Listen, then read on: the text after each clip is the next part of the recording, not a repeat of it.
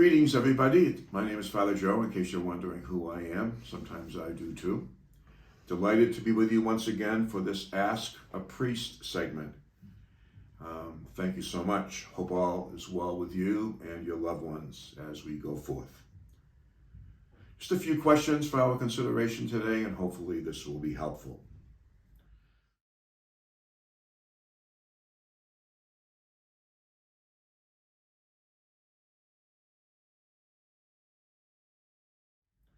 First question I'd like to address is, a while back we switched from gold chalices to glass. I was taught that gold was necessary, even silver ones that had gold on the inside. What is the thought behind the change? For me, it has never been a change, to be perfectly honest with you. And several of the parishes that I have been in over the last 25 to 30 years, in each of those locations, I have inherited glass. And it's pretty expensive glass. It's not just the cheap stuff. It's pretty heavy. It's very durable. I think it's very, very reverent and respectful of the sacred species. And so every place I have been, I have inherited glass, and we have used the glass that was there. Here at Blessed Trinity Parish is no exception. We've had to replace a few of the glass chalices over the course of time, but we still use them. I know when my mother always set the family table for Christmas and Thanksgiving and major feasts, she would always bring out her best china and her best crystal. And that's what we try to do for the Lord as well, and go the extra mile for Him. So chalice styles have changed over the course of time. There's obviously gold. I have a hammered silver chalice that my parents bought for me for my ordination that I haven't used for a long, long time. I should use it. It's hammered silver with a gold-plated interior and a small paten to go with it. I have it upstairs. I just never think to use it, and maybe this will get me to bring it over to church once in a while. I don't know. Back in the 70s, I remember when priests would purchase wooden chalices. There was a priest who came to my parish in the late 70s, and he had a cherry wood chalice that was gold-plated. The important thing about any type of chalice or communion instrument is that it not be made of porous material. So the inside cannot be porous, especially a chalice containing the precious blood. It should be gold-plated or plated in a way that the species will not penetrate whatever is beyond it. So that's the only stipulation. And I just think glass is absolutely beautiful. I have used it every place I have been, where it exists, and if any other material were to be there that would make sense to use and look decent and be functional, I would use that too. So hopefully that answers that. The church may have a preference for gold and for silver, but I have always used what's there. Reputable church distributors continue to make glass products for use at masses throughout churches in this area and throughout the world. And to use them, for me, is nothing less than a mark of respect for the body and for the blood of Christ, number one.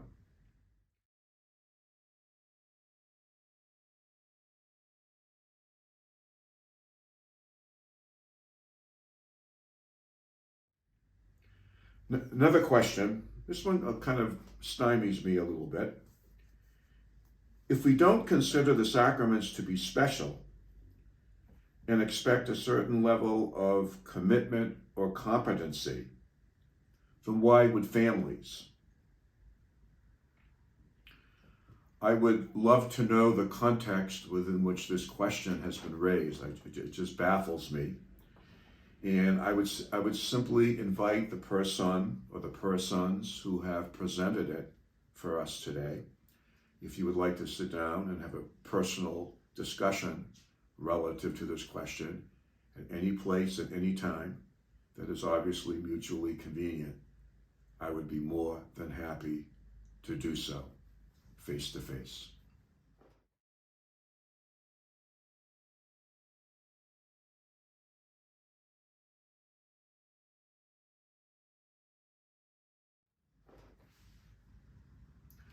Third question is, I'm attending a Bible study each week, and recently we were on the book of Timothy.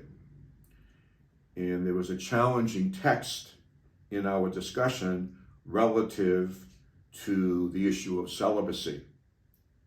Can you explain why the Catholic Church forbids priests to marry? First of all, there is no book of Timothy in the New Testament. I'm not sure what the text is to which you refer. I really do not know. In the New Testament, Paul has written 2 letters to Timothy, his first letter and his second letter, and maybe the scriptural passage to which you refer is embedded in one of them, but I know not which one it is. The scriptural basis for celibacy does exist. There are tidbits of it throughout. You can look, for example, and consult Matthew chapter 19, verse 12, or 1 Corinthians chapter 7, verses 32, as 2 scriptural texts that kind of, in general terms, refer to the issue of celibacy. But celibacy is a universal requirement that goes way, way back in time. Clergy were forced to embrace this discipline in the 12th century, the years 1123 and again in the year 1139. So priests, Roman Catholic priests, have been celibate for close to 1,000 years. And certain church councils, like the Council of Trent and others, have affirmed the excellence of celibacy in centuries that follow. Celibacy is obviously, it's a discipline that the church has imposed on us as clergy so that we can give wholehearted, single-minded service to God and to God's people. It's one way of doing it. And for me, I've been a priest for over 38 years, it's been a real gift because it's really and truly allowed me to be of service to you in a way that I probably couldn't be were I a married person with a family and all the responsibilities of family life. I have never considered celibacy preeminent over married life at all. I think both are beautiful manifestations of one's commitment and love of God and love of God's people, and I would certainly take that to my grave. So hopefully that responds to that question a little bit.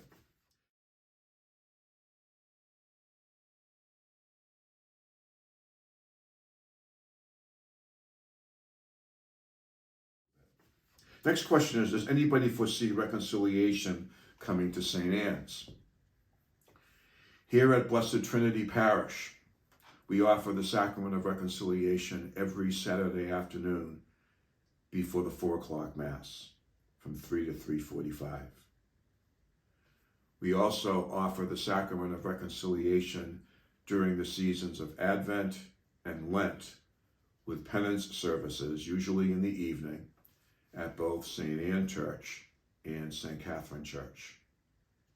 In just a few weeks, we'll be celebrating first reconciliation with our second graders who are getting ready for First Communion this year. First reconciliation will be in December, and we have services planned at both St. Anne Church and St. Catherine Church here in Blessed Trinity Parish. And also, if anybody, for whatever reason, finds these scheduled times inconvenient, you can call Father Peter and you can call me at any time, on a dime, in a heartbeat. We will meet you anytime, any place that is mutually convenient and comfortable for you upon your request. So please keep that in mind.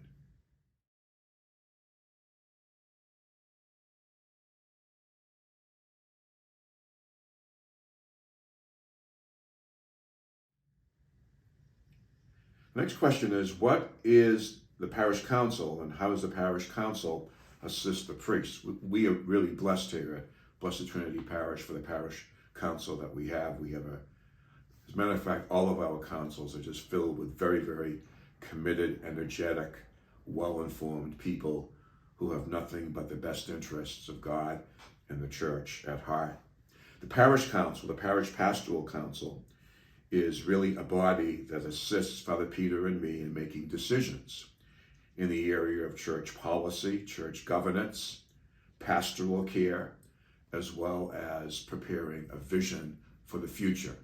What will be some of the parish's needs 3, 5, maybe even 8 to 10 years down the road. We always have to be planning and thinking ahead and not just living day to day. And so the Pastoral Council is a body that will discuss areas similar to this, offer recommendations to Father Peter and to me, and in more cases than not, we will accept their recommendations unless there's a good and serious reason not to do so. So we're grateful to the Pastoral Council. The Pastoral Council is currently going through a reconstitution. We are looking for nominations for new members, and as of the 15th of November, we will take the names that we have and then try to incorporate them into the next grouping of parish council members.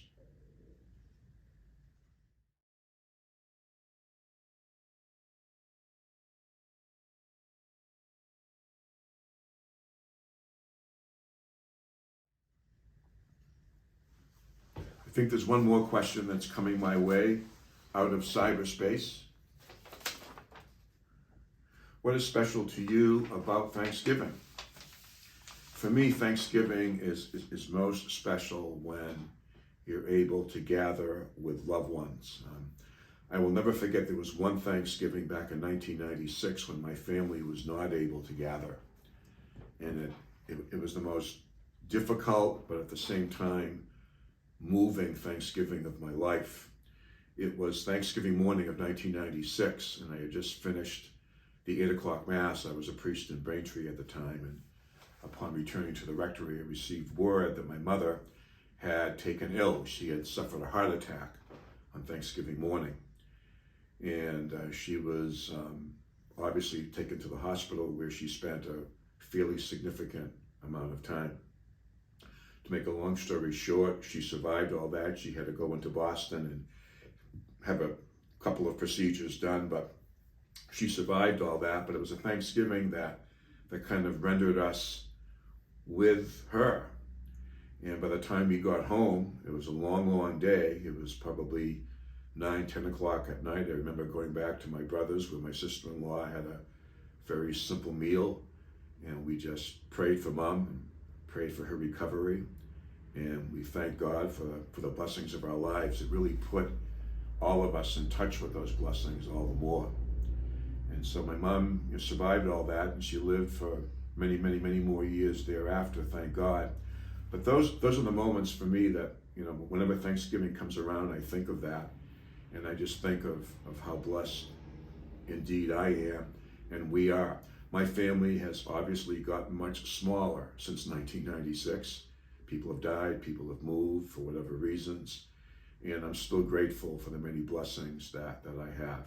I don't need a whole lot of them to be thankful for them, and I'm grateful for the many, for the ones that I do have. So if you're able to be together with a loved one, or if you're celebrating for the first time without a loved one, just continue to allow the Lord to touch your heart, and use this time to really and truly, come to terms with many of the people and many of the things we often take for granted.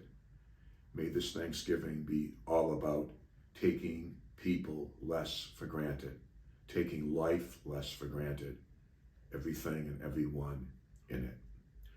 Blessings to you all. Have a blessed one with your families and friends, and if you're grieving and mourning the loss of a loved one this Thanksgiving, just know that we at Blessed Trinity hold you as close to our hearts as we possibly can. Thanks for listening.